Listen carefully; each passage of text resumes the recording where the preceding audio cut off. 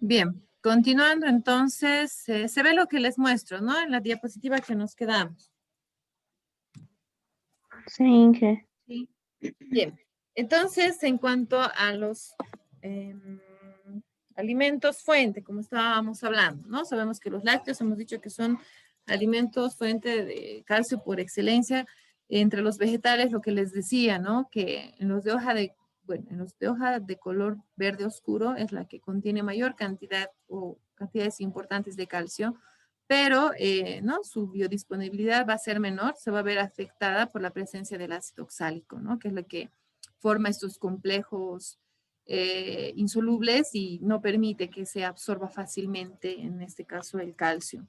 Luego están los pescados, que obviamente se tendrían que consumir con espinas, porque en este caso se encontrarían ahí el calcio, como las sardinas, ¿no? Que conocemos, que constituyen otras alternativas para aumentar la ingesta de calcio. También se puede considerar el agua potable en algunas zonas, pero esto obviamente tiene que ver con las cantidades apreciables del mineral. No todas las aguas, ¿no? Que tenemos van a tener un importante contenido de calcio, puede haber una variación, ¿no? No es un dato demasiado preciso. Efectivamente depende del lugar y de dónde se tiene que, o de dónde se puede, es decir, tendríamos que saber de dónde se obtiene o de dónde proviene el agua para nuestro hogar o nuestra casa y saber, ¿no? La composición mineral para poder identificar que tiene calcio y ser beneficiosa para nosotros, ¿no? Para los que consumamos.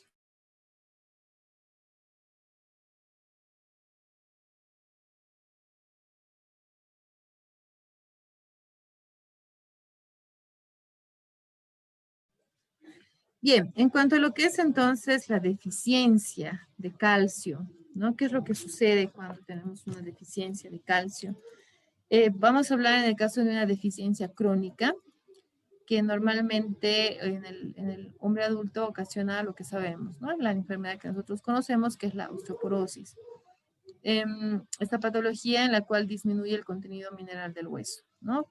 Y con el que va aumentando la susceptibilidad a las fracturas. Especialmente se puede dar esas fracturas a nivel de las muñecas, la columna vertebral, las caderas. Entonces, eso, tomarlo en cuenta, ¿no? Es la principal enfermedad, en este caso patología, cuando hay una deficiencia crónica de calcio. Un dato importante, ¿no? Según la OMS, se consideran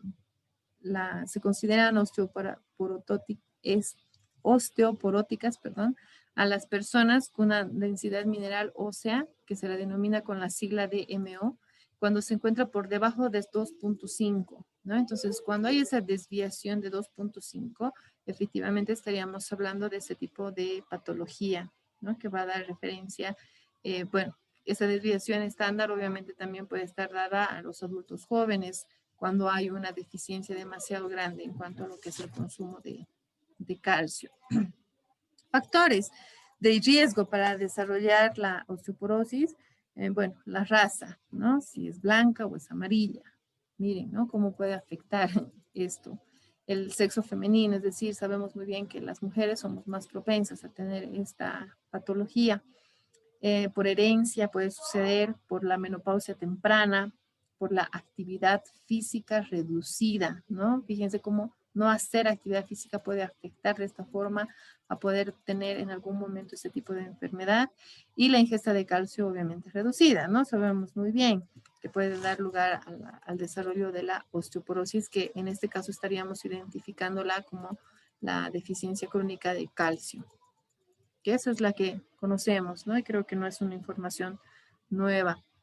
En el caso de la toxicidad, bueno, estos ya vendrían a ser efectos adversos asociados a la ingesta excesiva, ¿no? Lo que estábamos hablando hace unos minutitos.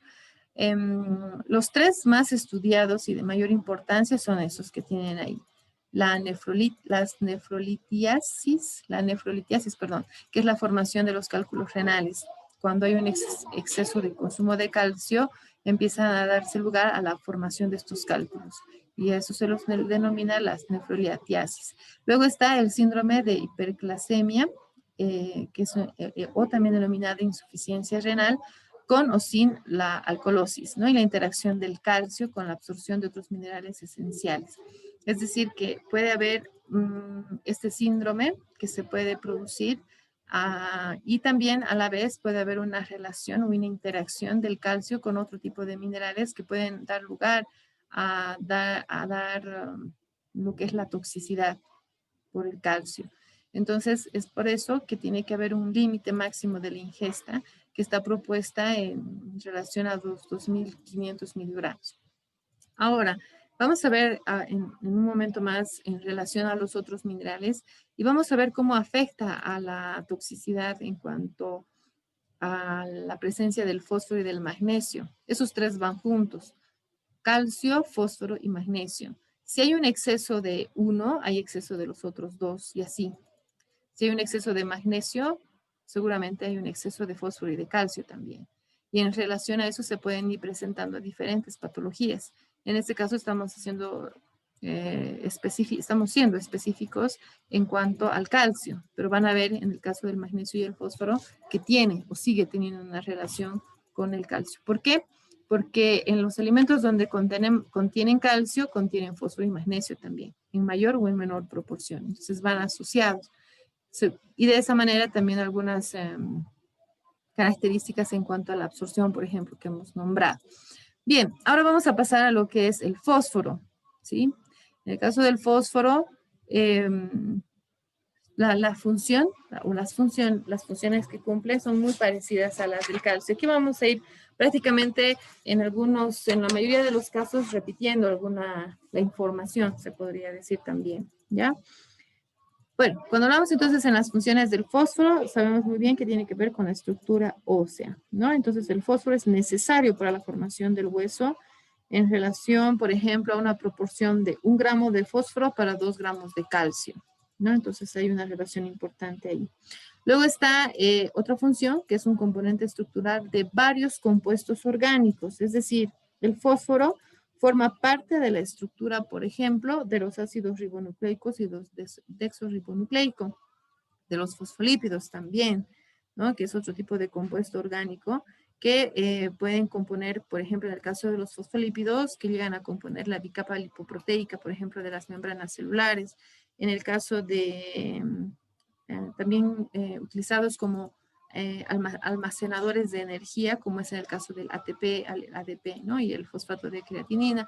Entonces, eso tenerlo en cuenta en cuanto a la participación del fósforo en la estructura ósea y en los componentes estructurales de estos compuestos orgánicos que hemos nombrado, ¿sí? Entonces, eso en cuanto a la función del fósforo. La biodisponibilidad. En el caso del fósforo, entonces, está contenida en la mayoría de los alimentos presentes que presentan una elevada biodisponibilidad en cuanto a lo que se refiere los cereales integrales, las legumbres, que se encuentran en su forma no disponible, ¿no? Ahora, en este caso tenemos que nombrar el ácido fítico, que también va a provocar la misma formación de estos complejos insolubles, afectando a la absorción del fósforo. Lo mismo que hemos hablado en el caso del calcio, lo mismo sucede con respecto a lo que es el fósforo. Si bien el fósforo se encuentra en la mayoría de los alimentos, en estos cereales integrales y legumbres, entonces puede llegarse a afectar su biodisponibilidad por la presencia, como habíamos nombrado, del ácido fítico. Entonces, ¿no? Ya estamos relacionando bastante en relación a, bueno, ya estamos relacionando la información con respecto al fósforo y al calcio y esa biodisponibilidad que se está repitiendo, la función de la misma manera, ¿no? Luego están las fitasas también, que hemos dicho que pueden quedar disponibles y eso también va a afectar de alguna manera a lo que es la absorción. No, perdón, en el caso de las fitasas, las fitasas son enzimas, ¿no? Que en este caso van a ayudar, mejor dicho, a la absorción de estos compuestos que se van a ir formando del fósforo con el ácido fítico. Entonces, ayuda a que se absorba mejor o fácilmente las fitasas. Son unas enzimas que se encuentran a nivel de nuestro intestino. Entonces pueden llegar obviamente a ese nivel, ayudar a que se absorban de mejor manera. Pero es una enzima que no se encuentra disponible dependiendo de nuestra alimentación, de la forma en cómo nosotros mantengamos las membranas celulares o en este caso las representadas en el intestino delgado, ¿no? ¿A qué me refiero? ¿Cómo nosotros podemos afectar a estas membranas celulares o a estas membranas que tienen estas microfibrillas que ayudan a la absorción? Por ejemplo, cuando comemos demasiado condimentado, cuando comemos demasiado picante, ¿no? Cuando vamos a excesos de los alimentos en cuanto a estas características que les estoy nombrando, afectamos a estas microvellosidades que se encuentran en nuestro intestino y no dejamos que sean fácilmente absorbibles, ¿no? Entonces también llega a afectar desde ese punto cuando nosotros tenemos exceso de este tipo de alimentos, demasiado condimento, demasiado picante, ¿no? Por ejemplo, y hay otro tipo de factores también que se pueden ir considerando. Luego el calcio, bueno, no absorbido forma estos complejos también con los fitatos que ya vendrían a ser en relación al ácido fítico, produciendo una disminución de la absorción del fósforo. Sí se va a producir, pero como les decía, las enzimas fitasas pueden llegar a ayudar a que se mejore esa condición, pero siempre y cuando nosotros tengamos disponibles todas las enzimas que van a participar en el proceso digestivo, y la forma de hacerlo es siempre cuidando de la misma manera nuestra alimentación y no tener excesos en diferentes condimentos o etcétera, ¿no? Luego está, esa es la biodisponibilidad, perdón. Ahora entramos a lo que es el metabolismo y la absorción. Es muy parecido lo mismo en el caso del calcio. Bueno, en el caso del fósforo, entonces, es también eficazmente absorbido en el intestino delgado. Si no necesitamos una difusión pasiva, como en el caso del calcio, en el hombre adulto se puede llegar a absorber de un 50-70% del fósforo que se ha ingerido, ¿no? Que eso es bastante, si se dan cuenta, de un porcentaje bastante alto e importante.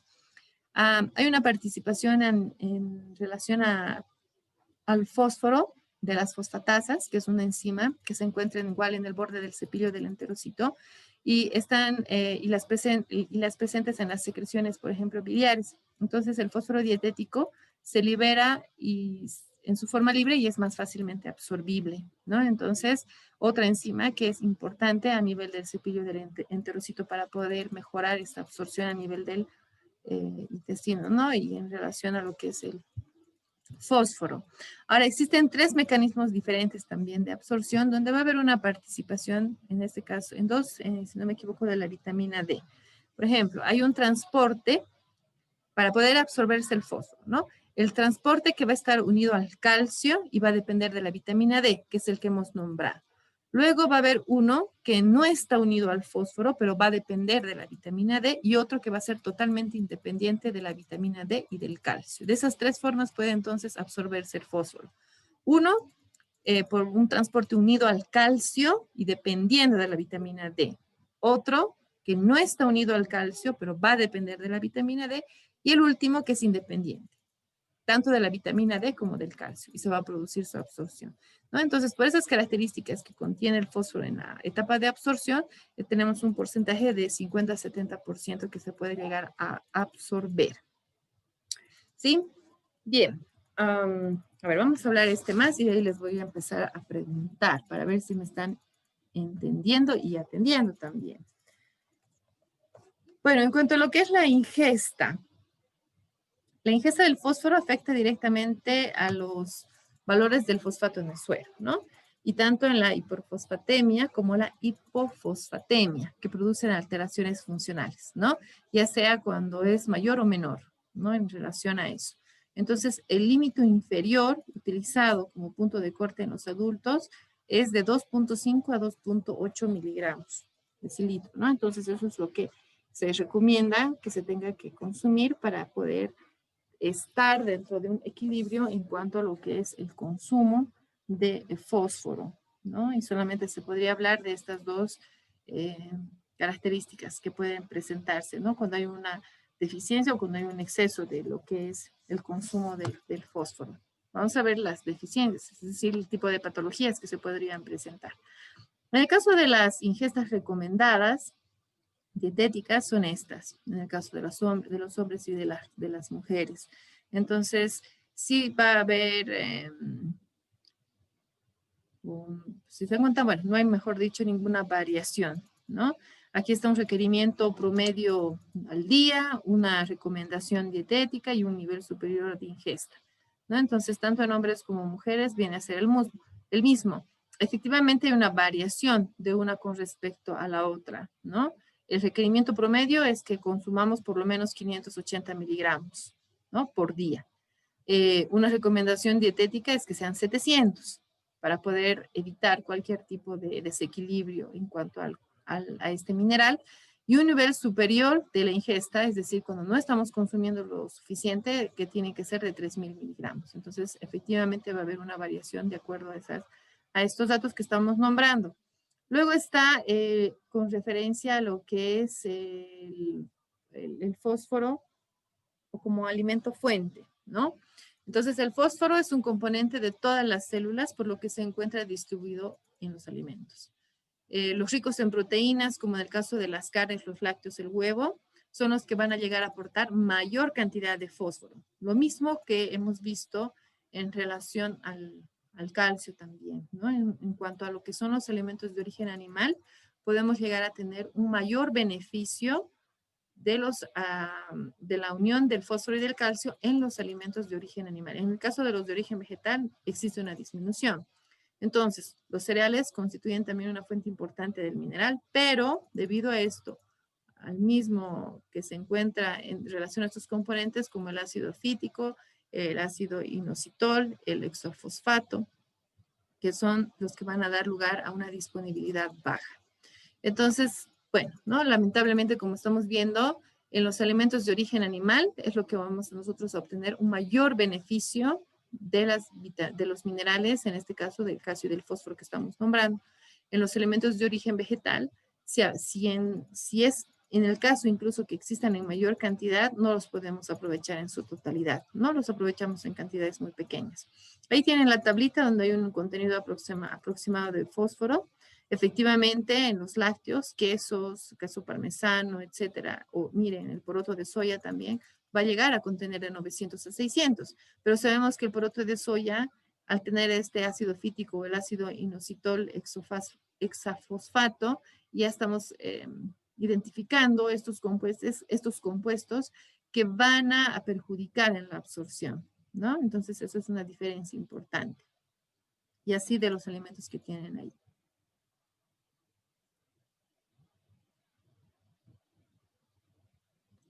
De acuerdo a la deficiencia, a ver, cuando hay una deficiencia por el fósforo, se encuentra ampliamente distribuido en los alimentos, ¿no? No es frecuente observar casos de deficiencias relacionados con la alimentación. Se ha observado deficiencia más que todo en los lactantes prematuros que reciben exclusivamente leche materna. Puede ser a ese nivel que pueda existir una deficiencia. En pacientes con tratamientos prolongados con antiácidos. Los antiácidos impiden la absorción del fósforo.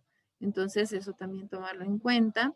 Luego hay las patologías que se asocian a una deficiencia de fósforo, ¿no? Puede ser la desnutrición, está asociada a una deficiencia de fósforo, el alcoholismo crónico, el cáncer, el síndrome de la malabsorción intestinal que hemos nombrado también, y los estados de recuperación en quemaduras graves. Entonces, cuando hay o se presentan este tipo de patologías, se puede relacionar con una deficiencia de fósforo. Pero en cuanto a una deficiencia específica por el fósforo, estamos viendo que no hay, ¿no? Es decir, no se encuentra. Luego está lo que es la toxicidad, ¿no? Cuando hablamos en el caso de la toxicidad, como habíamos visto como un indicador nutricional, está la hiperfosfatemia, es la respuesta de las ingestas elevadas del fósforo. ¿Qué es lo que sucede cuando hay ingestas elevadas del fósforo, como denominada como hiperfosfatemia, que son alteraciones en el metabolismo del calcio, ¿no? El hiperparatiroidismo secundario, la pérdida de densidad ósea, ¿no? Que sabemos que tiene que ver mucho también con la asociación al calcio. También cuando hay la hiperfosfatemia crónica, ¿no? Ya denominándola de esta forma, se pueden producir la calcificación de los tejidos blandos, ¿no? Especialmente en el riñón, dando lugar a una interferencia con la absorción del calcio, obviamente. Así que el límite máximo de ingesta del fósforo tiene que ser de 4.000. Hemos visto que en las ingestas recomendadas, máximo es 3.000, pero aquí ya se está diciendo como un máximo tendría que ser 4.000, pero para los adultos hasta los 70 años. Cuando ya son a partir de los 70 años, sí o sí tiene que haber una disminución. Si no, empiezan a presentarse esta hiperfosfatemia crónica, ¿no? Entonces eso se tiene que tomar en cuenta. Eso en cuanto a lo que es la toxicidad. Ahora, vamos a ver si se ha comprendido lo que hemos estado hablando hasta ahora. A ver, ¿quién me puede decir? Primero voy a pedir voluntarios y después, si no, ya me van a ir respondiendo a las personas que las que vaya nombrando. En el caso, por ejemplo, de lo que viene a ser la biodisponibilidad. A ver, ¿qué me pueden decir de la biodisponibilidad del fósforo?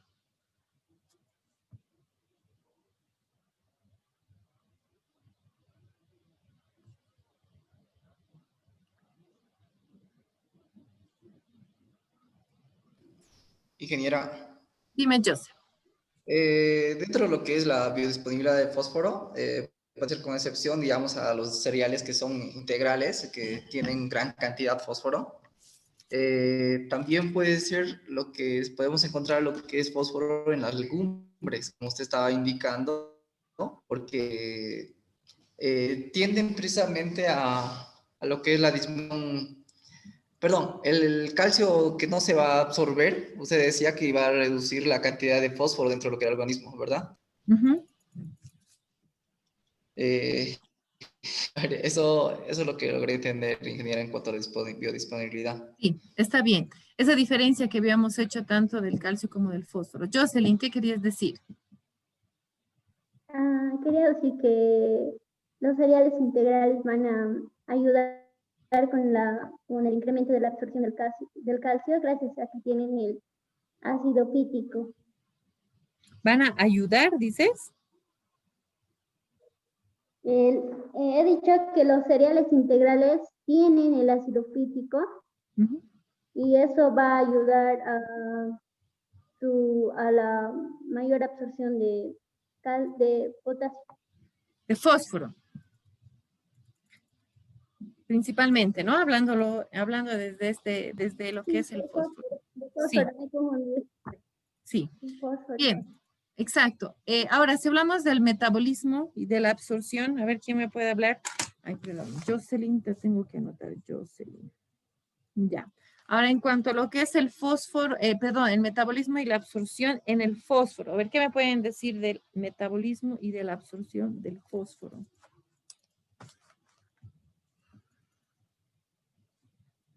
A ver, vamos a ver. ¿Quién?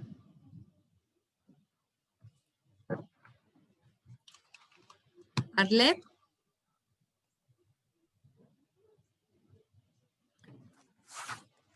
¿Arlet está?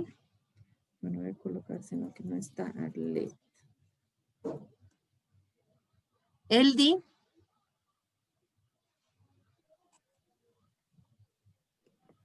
Inge, Sí. ¿puedo responderlo? A ver, creo que es metabolizado en el intestino delgado. Ujú. En los hombres mayores tiene que ser, bueno, se da entre un 50 a 70% del fósforo ingerido. Hay tres mecanismos, que es el transporte unido al calcio y que depende de la vitamina. El segundo es, creo que es no unido a ver, ¿cómo era? No era unido al calcio, pero depende de la vitamina D. Exacto. El tercero es independiente a la vitamina D y calcio. Y el calcio. Exacto. No, bueno, eso dentro de los mecanismos que tiene el fósforo para poder ser absorbido, que está relacionado justamente con la vitamina D y el calcio, ¿no? Que se parece mucho como lo habíamos nombrado. Bueno, eso principalmente. Ahora, cuando hablamos de la deficiencia, a ver quién me puede decir qué pasa. A ver, Eldi, con la deficiencia, ¿qué se entendió de la deficiencia del fósforo?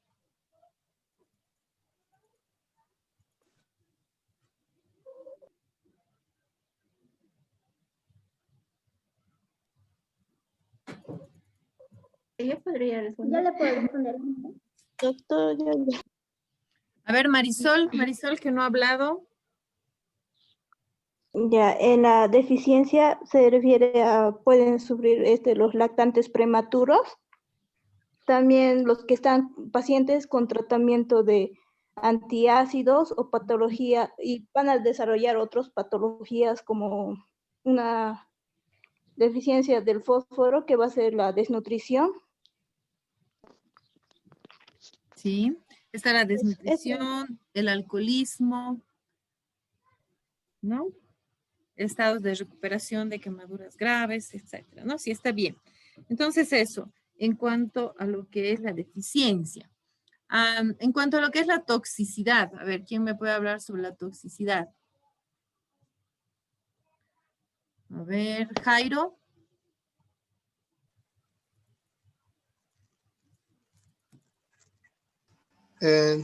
Sí, doctora. Se puede dar por ingestas elevadas de fósforo, se puede dar la hiperfosfatemia. También se puede dar una alteración en el metabolismo del calcio. También se puede dar una pérdida de densidad ósea. También se puede dar una hiperfosfatemia crónica y también puede haber una interferencia con la absorción del calcio. Eso sería. Ya, muy bien. Entonces eso, ¿no? Básicamente, vamos a pasar al siguiente. Si no, no vamos a alcanzar, pero es importante eso, ¿no? Saber si se está comprendiendo. Bien, vamos a hablar entonces de lo que es el magnesio, ¿no? Que está muy relacionado igual con el calcio y el fósforo, ¿no? Fíjense, sigue formando parte como función de la estructura ósea, ¿no? El magnesio. Esto junto al calcio y el fósforo, entonces el magnesio se encuentra formando parte de esta estructura ósea. Cuando hablamos de la actividad enzimática, en este caso ni el calcio ni el fósforo tienen esta función. Entonces lo podemos diferenciar desde ese punto. ¿Qué es lo que pasa con el magnesio entonces a nivel de esta función? Es que aproximadamente estas son como 300 reacciones enzimáticas, perdón, está mal escrito, que requieren de la presencia del magnesio para poder producir su reacción catalítica. Entre esas está, por ejemplo, la fosfoquinasa y la tioquinasa, que son las que van a participar, por ejemplo, en la fosforilación de la glucosa, en la descarboxilación oxidativa del ácido cítrico, ¿no? Entonces, básicamente, entre estas 300 funciones de reacciones enzimáticas llega a participar el magnesio, que son bastante importantes, ¿no? Entonces, imagínense si no tendríamos un consumo equilibrado de magnesio, existirían bastantes enzimas que no podrían cumplir una función dentro de nuestro organismo. Luego está la otra función, que es la transmisión y actividad neuromuscular. Es muy parecida igual a lo del calcio, el fósforo también, ¿no? Que hemos dicho, que participa en la regulación de los potenciales eléctricos, membranas nerviosas y musculares, ¿no? En las contracciones musculares, etcétera, va a ir participando de esta forma igual el magnesio. Esto entonces en cuanto a sus funciones. Bien, vamos a ver lo que es en cuanto al metabolismo y la absorción. En cuanto al metabolismo y a la absorción, entonces tenemos que el magnesio se absorbe en todo el intestino delgado. Diferencia en cuanto a los otros dos, en un porcentaje alrededor de 30 y 40%. Efectivamente es un porcentaje pequeño también. Y también van a existir dos mecanismos de transporte para poder ser absorbido el magnesio. En este caso vamos a hablar de un transportador que es saturable a bajas concentraciones de magnesio. Y el otro es por difusión simple. ¿A qué se refiere la difusión simple? Cuando las concentraciones en algunos casos son altas de magnesio, ¿no? Entonces, cuando, dependiendo del consumo que nosotros tengamos de magnesio, se puede dar estos dos mecanismos. Uno saturable y el otro por difusión simple en relación a esa concentración. Ahora, el 80% del magnesio sérico es ultrafiltrable, ¿no? Y el 20% se va a reabsorber a nivel del riñón. Entonces, esto en cuanto a las características generales que se pueden considerar a nivel del metabolismo y de la absorción con respecto a lo que es el magnesio. La biodisponibilidad. Van a existir igual factores que van a inhibir la absorción del magnesio, que puede ser la presencia del, del magnesio, como los oxalatos y los fitatos, ¿no? Que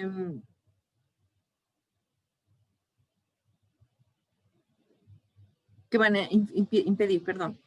Luego está el efecto de las proteínas, lo mismo en la absorción del magnesio. Está igual, similar a lo que hemos hablado del calcio, la absorción es baja cuando la ingesta de las proteínas es inferior. Entonces, ya son 3 minerales que dependen para ser absorbidos de que sean alimentos de origen animal, ¿no? Que van a ayudar a absorberlo de mejor manera. Entonces, eso es importante. Cuando el consumo aumenta a 95 gramos por día, puede existir la pérdida urinaria del magnesio, ¿no? En relación a eso puede ir aumentando también. Algo importante en relación a eso, que es lo más general. Bien. En los alimentos de origen vegetal, entonces, igual, ¿no? Si están presentes los oxalatos y los fitatos, entonces también van a dar lugar a perjudicar en la parte de la absorción, ¿no? De la biodisponibilidad que puede llegar a tener el magnesio. En cuanto a los indicadores del estado nutricional, están estos que se pueden realizar. Está el magnesio sérico, que disminuye cuando la dieta es deficiente, en el caso de lo que es el magnesio, ¿no? Ahí tienen sus indicadores. Está el indicador, el magnesio intracelular, que puede utilizarse el magnesio en los eritrocitos del músculo esquelético, por ejemplo, para poderlo identificar. Están los estudios de balance, que deben realizarse preferentemente en unidades metabólicas y en condiciones adecuadas en control de la ingesta del magnesio. Y luego está finalmente el test de tolerancia al magnesio, ¿no? Entonces, en este caso, por ejemplo, se basa en la excreción renal del magnesio, luego de administrar una dosis parenteral, ¿no? Entonces, se va a ir midiendo en relación a eso. Así que tenemos estos 4 indicadores que nos pueden permitir conocer el estado nutricional de una persona en relación a su ingesta con respecto a lo que es el magnesio.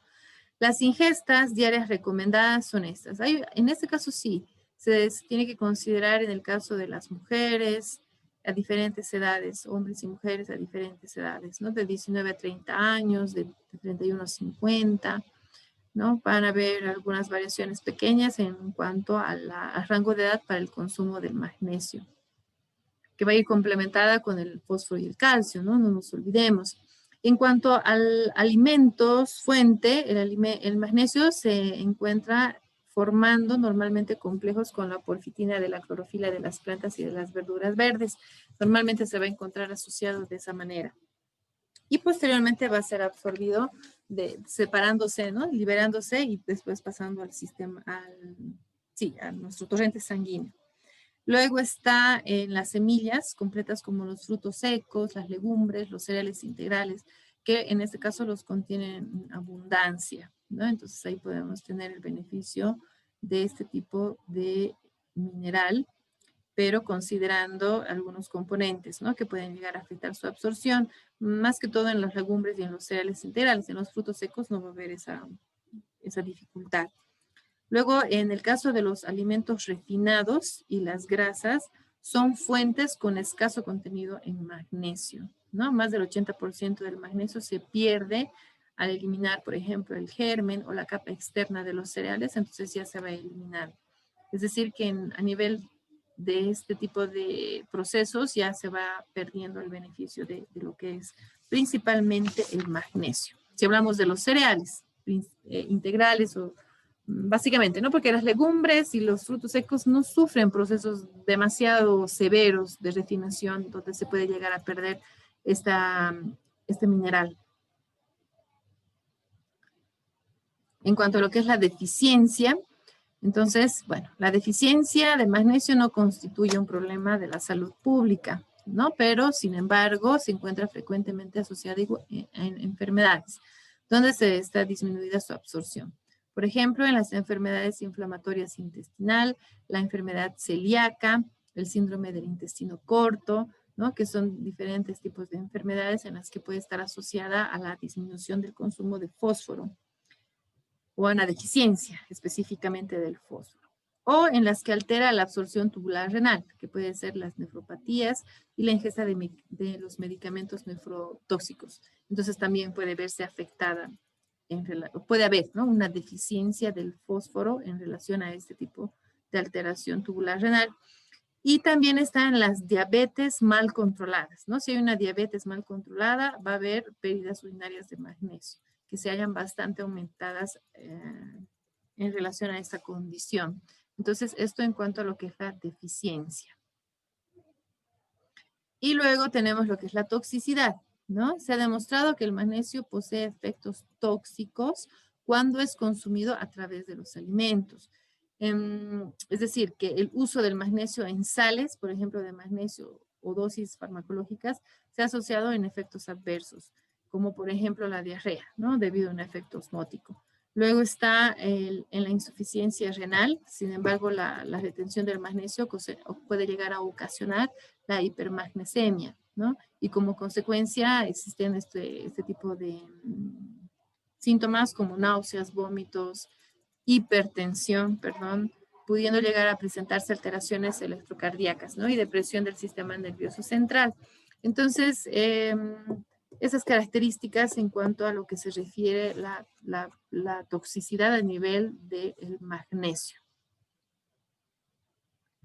Bien, entonces, a ver, vamos a ver qué es lo que se ha comprendido en cuanto a lo que es el magnesio.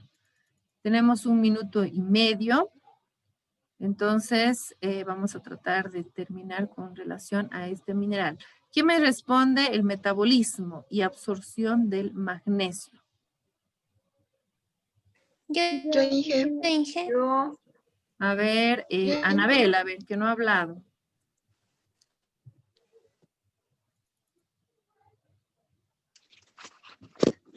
¿No se te escucha, Anabel?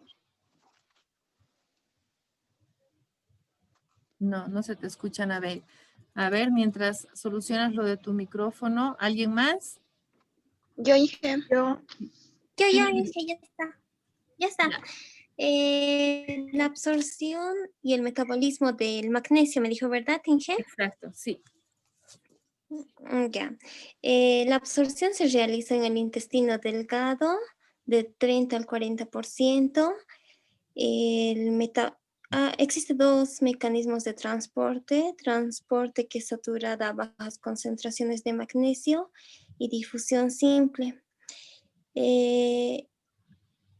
El magnesio también sirve para la transmisión y actividad neuromuscular, regulación de los potenciales eléctricos y de las membranas. Ya, bien. A ver, en el caso de la